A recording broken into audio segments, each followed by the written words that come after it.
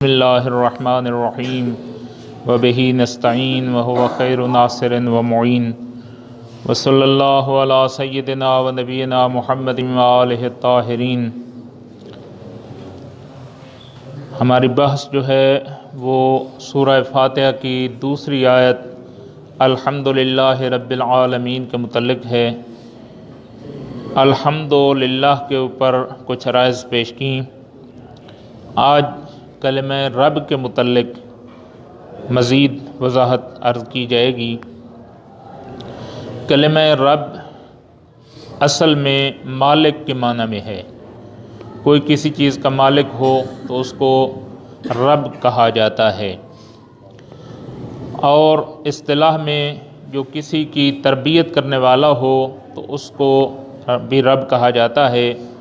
لہٰذا عام روٹین میں یہ سنا ہے آپ لوگوں نے کہ پیغمبر اکرم کی بیٹیاں جو ہیں وہ 4 نہیں تھیں بلکہ ایک بیٹی تھی اور باقی ربائب تھیں، کیونکہ پیغمبر اکرم صلی اللہ علیہ وآلہ وسلم کے گھر میں پلی تھیں اور حضرت نے ان کی تربیت فرمائی تھی، تو ربیبہ تھیں، یعنی تربیت یافتہ تھیں۔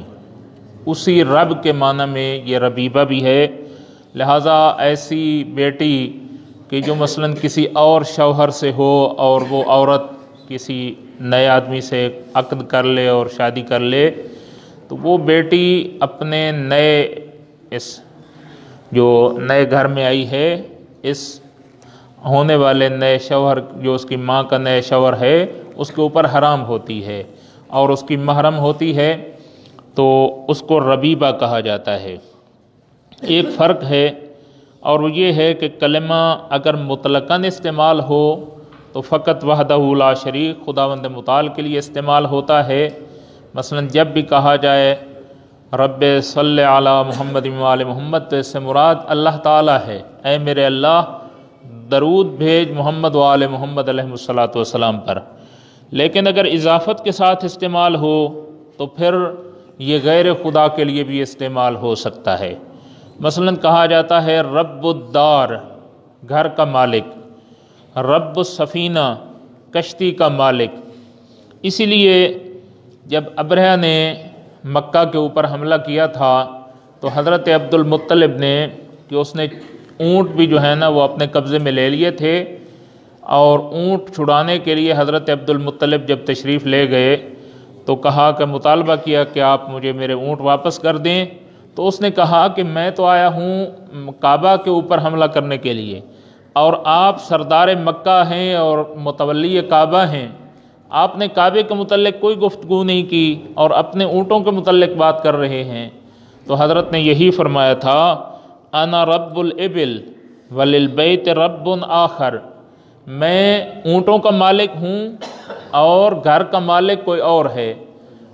تو یہاں پر رب جو ہے چونکہ اضافت کے ساتھ استعمال ہو رہا ہے تو غیر خدا کے لیے استعمال کیا حضرت نے بھی، اور اگر مطلقاً استعمال کیے جائے تو پھر کس کے لیے ہوتا ہے؟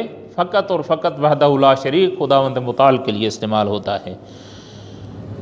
دوسری بحث جو ہے وہ عالمین کے متعلق ہے۔ رب العالمین، عالم خود ایک جمع کا لفظ ہے۔ مثلاً جیسے قوم، قبیلہ، اگرچہ کہ لفظ واحد ہے لیکن وہ ایک مجموعے کے اوپر بولا جاتا ہے، اسی طرح سے عالم جو ہے یہ بھی ایک مجموعے کا نام ہے، کسی جمع شدہ چیز کے اوپر بولا جاتا ہے۔ تو البتہ ایسا مجموعہ کہ جو موجودات میں سے یا تو صفات میں مشترک ہو یا زمان و مکان میں مشترک ہو۔ مثلاً کیا کہا جاتا ہے عالم الارواح، جب ہماری روحیں خلق ہوئی تھیں اور ابھی تک بدن خلق نہیں ہوئے تھے تو ایک زمانے کے ساتھ مخصوص ہے، اس زمانے میں ایک عالم تھا جس کو عالم ارواح کہا جاتا ہے۔ یا مثلاً کہا جاتا ہے وہاں پر کیا ایک دلچسپ واقعہ یہ ہوا تھا کہ اللہ تعالیٰ نے لوگوں کو اپنی حج کے لیے پکارا تھا، اور اسی طرح سے اور بھی بہت سارے ایسے احکامات تھے۔ مثلاً ولایت امیر المومنین علیہ الصلوۃ والسلام کا بھی ملتا ہے کہ حضرت کی ولایت بھی پیش کی گئی تھی۔ تو جنہوں نے اس وقت پر جب عالم ارواح میں لبیک کہا تھا، خداوند متعال اس کو اس عالم میں بھی حج نصیب کرتا ہے، اور جنہوں نے اس وقت لبیک نہیں کہا تھا ان کو اس دنیا میں، اختیاری دنیا میں بھی حج نصیب نہیں ہوتا۔ اور ہم جو کام بھی کرتے ہیں نیکی کا، یہ خدا کی توفیق سے ہوتا ہے۔ اگر ہم مسجد میں آ جاتے ہیں، جمعے پہ چلے جاتے ہیں، مجلس میں چلے جاتے ہیں، کوئی بھی نیک کام کرتے ہیں، یہ خدا کی توفیق سے ہوتا ہے۔ بہت سارے مالدار لوگ ہیں جن کے پاس استطاعت بھی ہوتی ہے، کوئی مشکل بھی نہیں ہوتی، لیکن ان کو حج نصیب نہیں ہو سکتا، یہ زیارات ائمہ اطہار علیہم الصلاۃ والسلام کے لیے نہیں جا سکتے۔ تو خدا سے توفیق طلب کرنی چاہیے کہ ہمیں خداوند متعال نیک کاموں کی توفیق عطا فرمائے۔ تو عالم یعنی زمانے کے لحاظ سے ایک جیسا ہو، مکان کے لحاظ سے ایک جیسا ہو، یہ صفات کے لحاظ سے ایک جیسا ہو، لہٰذا کہا جاتا ہے عالم انسان، عالم حیوان، یا مثلاً کہتے ہیں عالم مشرق، عالم مغرب، یعنی مکان کے لحاظ سے وہ ایک جیسے ہیں۔ لہٰذا عالم خود جمع ہے، اور جب اس کی جمع بنائی جاتی ہے تو اس بات کی طرف اشارہ ہوگا کہ اس کائنات کے تمام جتنے بھی مجموعے ہیں وہ سب کے سب اس بات پر متفق ہیں کہ وہ سب کے سب مل کر خداوند متعال کی تعریف کرتے ہیں، اور ان کی آواز کیا ہوتی ہے؟ الحمدللہ رب العالمین۔ تمام تعریفیں اس ذات کے لیے ہیں جو پوری کائنات کا پالنے والا اور تربیت کرنے والا ہے۔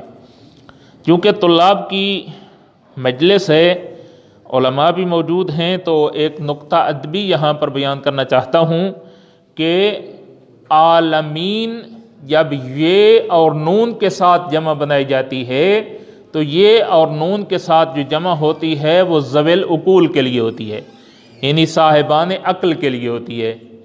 تو ایک طرف خداوند متعال نے کیا فرمایا؟ رب العالمین۔ تو اس سے کیا سمجھا جا سکتا ہے کہ وہ عالم جو ذوی العقول کے عالم ہیں وہ تعریف کرتے ہیں، جبکہ الف لام جو الحمد کے اوپر داخل ہے وہ تمام موجودات کو شامل ہے، تمام عوالم کو شامل ہے۔ تو اس مسئلے کو کیسے حل کیا جا سکتا ہے کہ ایک طرف اشارہ ہے کہ یہ ذوی العقول جو ہیں وہ الحمد کہتے ہیں، اور دوسری طرف الف لام کہتی ہے کہ جتنے بھی عالم ہیں وہ سب کے سب تعریف خداوند متعال میں مشغول ہیں اور اس کی تعریف کرتے ہیں۔ جواب بہت آسان ہے، اور وہ یہ ہے کہ انسان اشرف المخلوقات ہے، اور خداوند متعال نے پوری کائنات کو انسان کی خدمت کے لیے خلق کیا ہے۔ جب انسان جو کہ ذوی العقول میں سے بھی صاحب عقل ترین آدمی ہے اور موجود ہے، وہ خدا کی تعریف کرتا ہے تو پوری کائنات کو اس کی اتباع میں وہ بھی تعریف کرتی ہے۔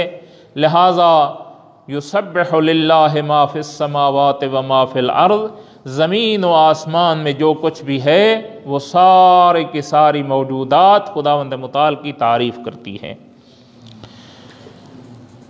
مل کر صلوات پڑھیں محمد و آل محمد۔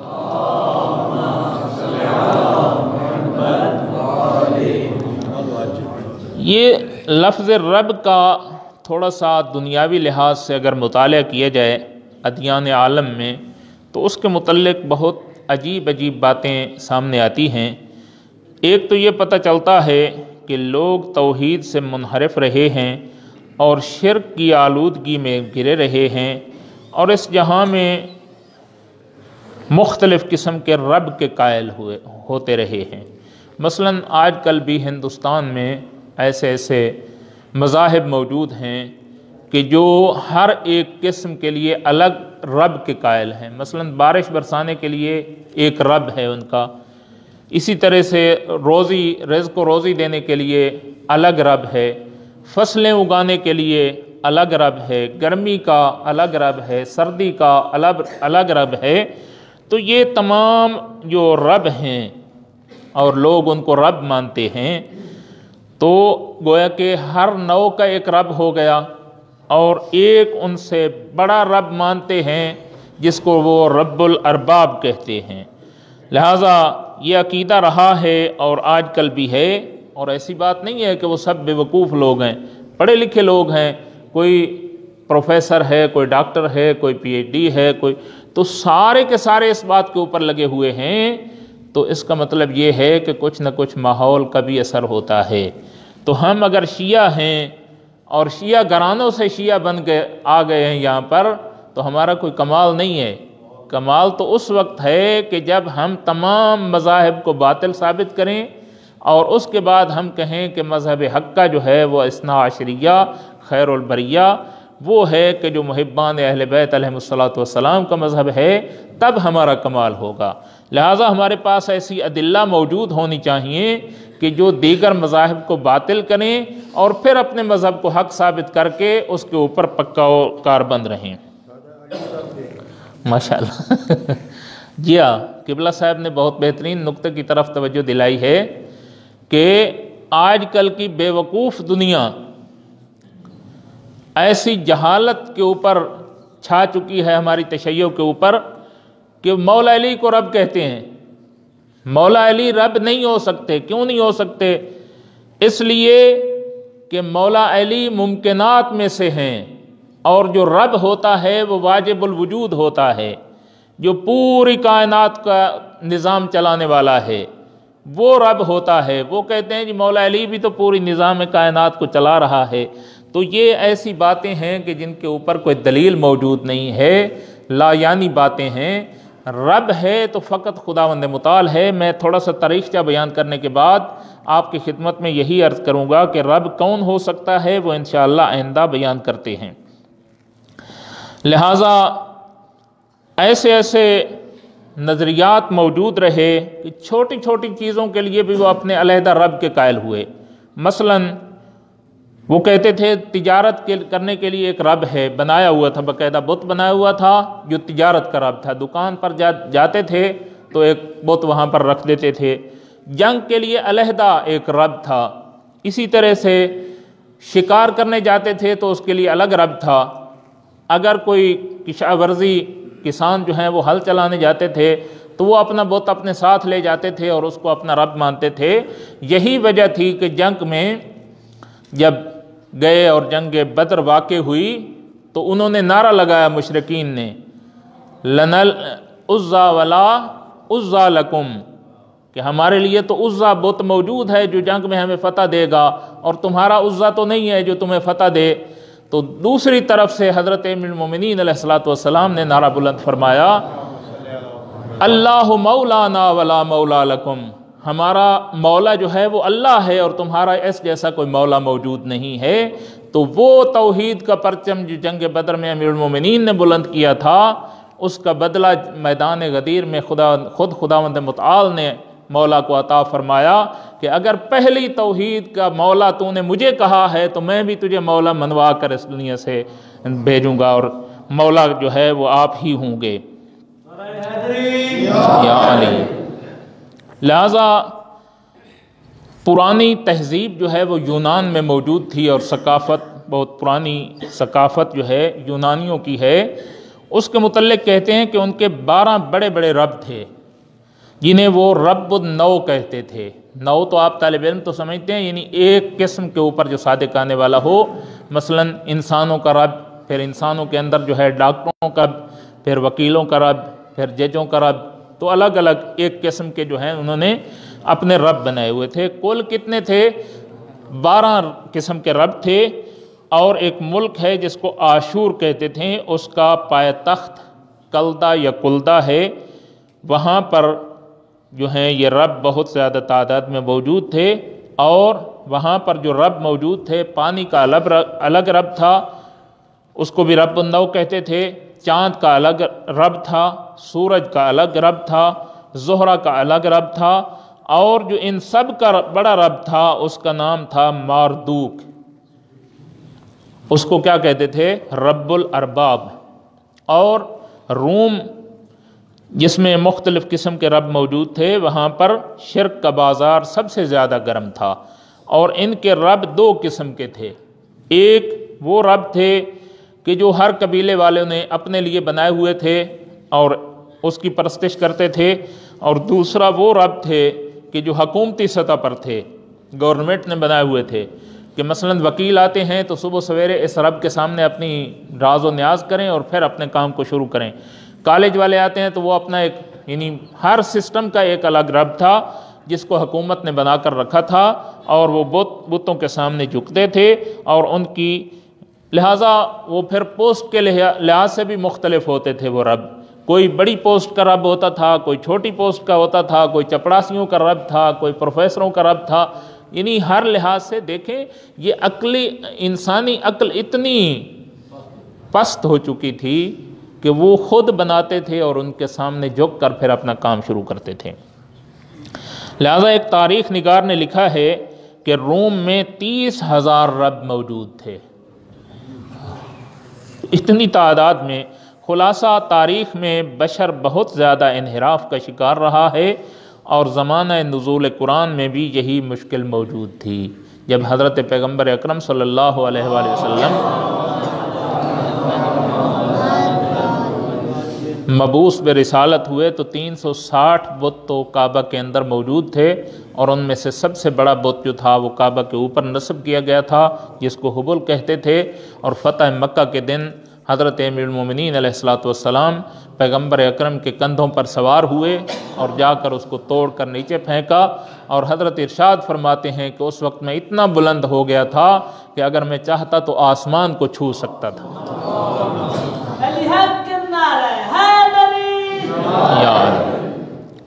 لہذا بعض اوقات کسی انسان کو بھی رب النو بنا لیتے تھے۔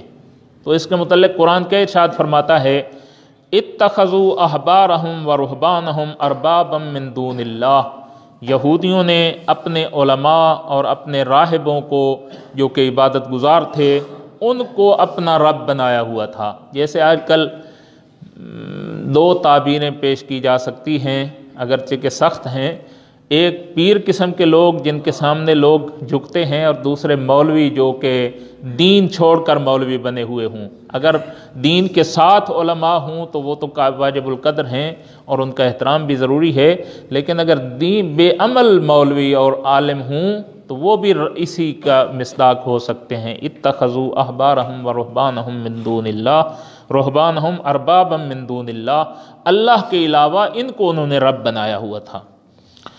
اور اس کی اتنی اہمیت ہے تو اس زمانے میں کہ جب لوگ مختلف قسم کے رب کی پرستش کرنے والے تھے تو اس کا نتیجہ کیا تھا کہ لوگوں کے اندر اختلاف تھا، کوئی کسی رب کے پیچھے جاتا تھا، کوئی اس قبیلے کے رب کو برا بھلا کہتا تھا، کوئی اس رب کو۔